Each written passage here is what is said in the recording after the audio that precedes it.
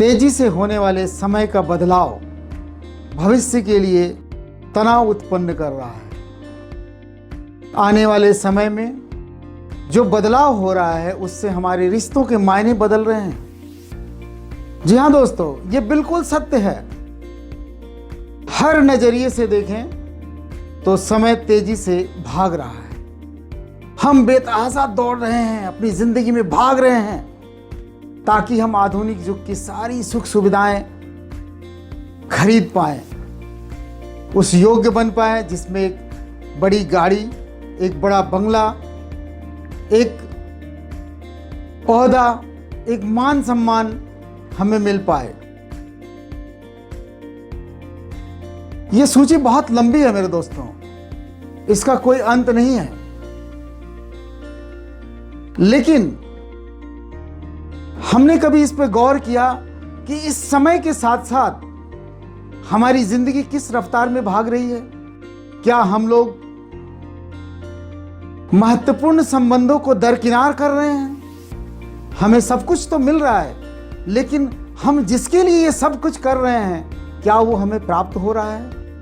क्या हमारे वो लोग जिनके लिए हम ये सारी मेहनत, सारी लगन दिखा रहे हैं, हम रात को 12 बजे तक काम कर रहे हैं, सुबह 9 बजे जाते हैं, रात को 10 बजे तक आते हैं, 11 बजे तक आते हैं, तो हम किसके लिए कर रहे हैं? हम जिसके लिए ये काम कर रहे हैं, क्या हम उनके लिए वो समय दे पा रहे हैं? नहीं दोस्तों, ऐसा नहीं है। हम ये सब कुछ अपने परिवार और अपने लोगों के लिए कर रहे हैं। स्पेशली मैं बात करूंगा बच्चों की। जी हाँ दोस्तों,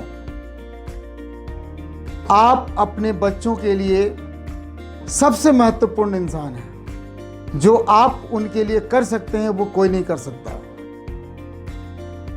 दोस्तों, आज मैं ऐसे बच्चे की बात करने जा रहा हूं जिस बच्चे ने अपने पिता को एहसास दिलाया कि समय यानी कि वक्त उसके जीवन में क्या मायने रखता है।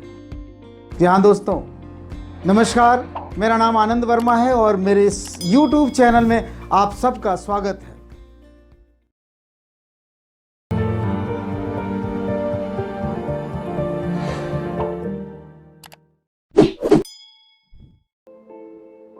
एक व्यक्ति काफी देर रात को ऑफिस का काम निपटाने के बाद थका हारा अपने घर आता है।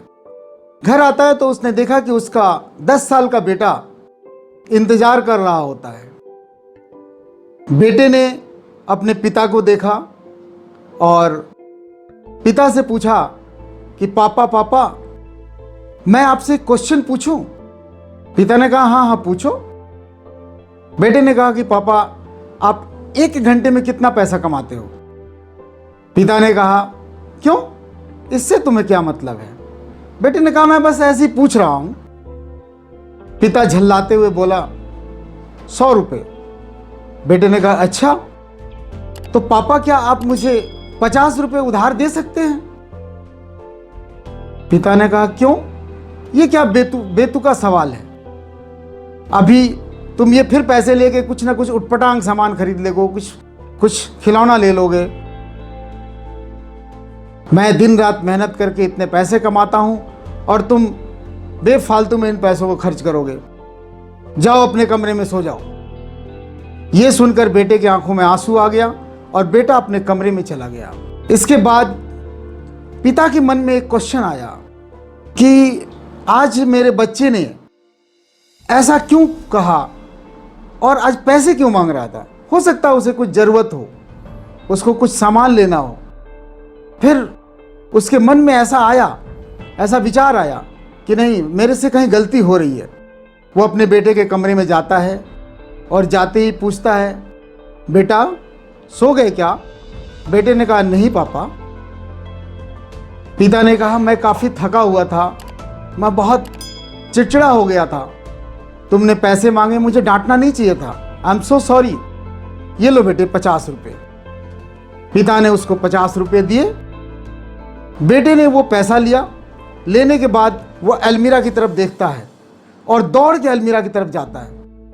वहाँ अलमीरा खोलने के बाद वो कुछ सिक्के निकालता है और उसको गिनने लगता है। ये देखकर पिता काफी नाराज हो जाता है। पिता ने कहा कि जब तुम्हारे पास पैसे थे तो तुमने मुझसे पैसे क्यों मांगे? बेटे ने कहा, हाँ, पैसे कम थे, अब पूरे हो गए। ये कहते हुए बेटे ने अपने पिता को 100 रुपए दिए और बोला, पापा, अब आपके 1 घंटे की जो 100 रुपए कीमत है वो आप मेरे से ले लो, लेकिन मुझे आपके 1 घंटे चाहिए। कल जब आप मुझे 1 घंटा अपने ऑफिस से समय निकाल के मुझे 1 घंटा आप दे दो, ताकि मैं आपके साथ खाना खा सकूं, आपके साथ बात कर सकूं। पिता ने जब ये बातें सुना तो उसे अपनी गलती का एहसास हुआ। उसे यह एहसास हुआ कि मैं इस भागम दौड़ की जिंदगी में अपने बच्चे को वक्त नहीं दे पा रहा हूं। पिता की आंखों में आंसू आ गया और पिता ने अपने बेटे को गले लगाया। दोस्तों, इस कहानी से हमें क्या मोरल मिलता है? हमें इस कहानी से ये सीख मिलती है कि हम इस भागम दौड़ जिंदगी में जिस चीज के लिए, जिसके लिए हम भाग रहे हैं, क्या हम उनको समय दे पा रहे हैं? दोस्तों, आपके हमारे जिंदगी में सबके साथ ऐसा ही हो रहा है।